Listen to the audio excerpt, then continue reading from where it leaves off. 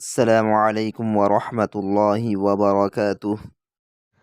غنّے کی تعریف کے بعد آپ جو فرمائے ہیں اوپر اس کا خلاصہ مجھے سمجھ میں آیا دو قسمیں۔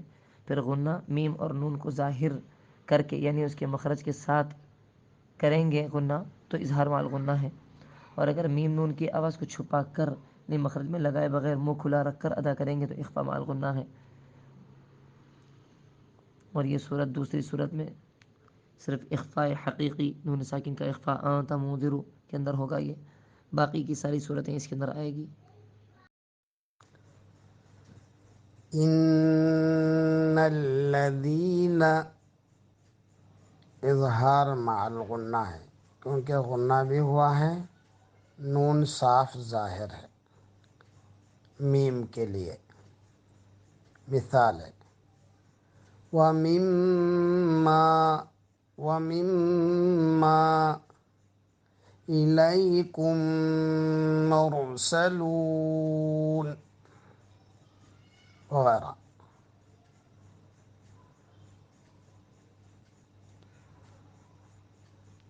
اور وَمَا هُمْ بِمُؤْمِنِينَ یہ ہوا اظہار مع الغنہ، چونکہ اخفاء شفوی میں اظہار مع الغنہ بھی جائز ہے میم ساکن اصلی ہونے کی وجہ سے، اور یہاں اخفاء بھی درست ہے، بہتر ہے اخفاء مع الغنہ۔ وَمَا هُمْ بِمُؤْمِنِينَ میم صاف سمجھ میں نہیں آئی ہے، ظاہر نہیں ہوئی ہے میم صاف، اس لیے اس کو اخفاء کہیں گے۔ وَمَا هُمْ بِمُؤْمِنِينَ۔ اسی طرح اقلاب سمجھیے، مَن بخیل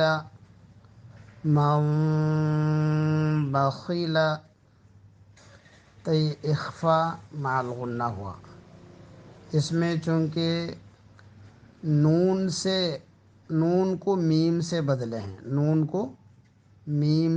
ہیں، میم مقلوبہ ہے تو قراء کے نزدیک اس میں صرف اخفاء ہے، اخفاء مع الغنہ ہے۔ غنہ جو اخفاء کی آواز ہو یا غنہ کی آواز ہو، دونوں بھی خیشوم میں جاتے ہیں۔ جب خیشوم میں چلے جائے ایک الف کی مقدار دونوں بھی لکھتے ہیں تو اس کو غنہ کہتے ہیں۔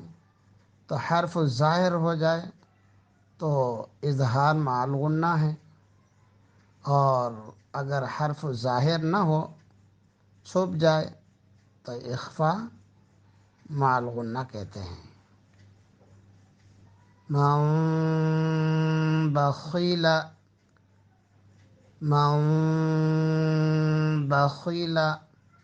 یہ ہوا اخفاء مع الغنہ۔ غنہ تو اخفاء میں بھی ہوتا ہے، غنہ میں بھی ہوتا ہے، یعنی اظہار حرف کریں، یعنی نون کی آواز میم کی آواز خیشوم میں لے جانا، وہاں تھوڑی دیر آواز رک ہی جاتی ہے غنہ میں اور اخفاء میں، یہ غنہ ہے۔ حرف ظاہر ہو تو غنہ مع الاظہار کہیے، اور حرف چھپ جائے تو غنہ مع الاخفاء کہیے، یہ طریقہ ہے۔ اخفاء شفوی میں اظہار مع الغنہ جائز ہے، اخفاء مع الغنہ بہتر ہے۔ دونوں بھی صورتیں جائز ہیں مگر اخفاء مع الغنہ بہتر ہے، اور اس کی عادت بھی ڈالنا چاہیے۔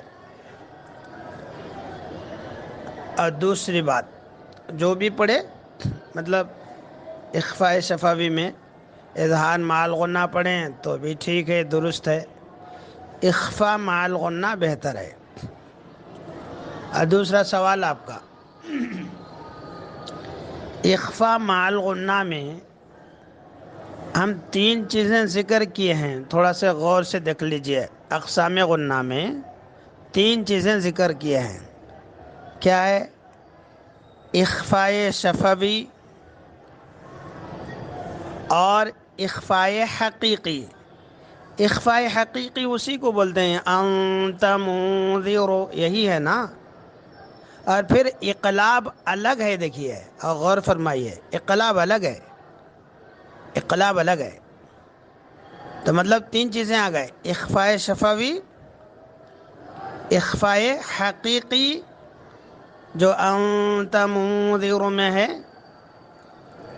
اور اقلاب من دخیلہ، یہ تینوں بھی مثالیں اس میں ہیں، دیکھ لیجئے، تھوڑا غور کیجئے۔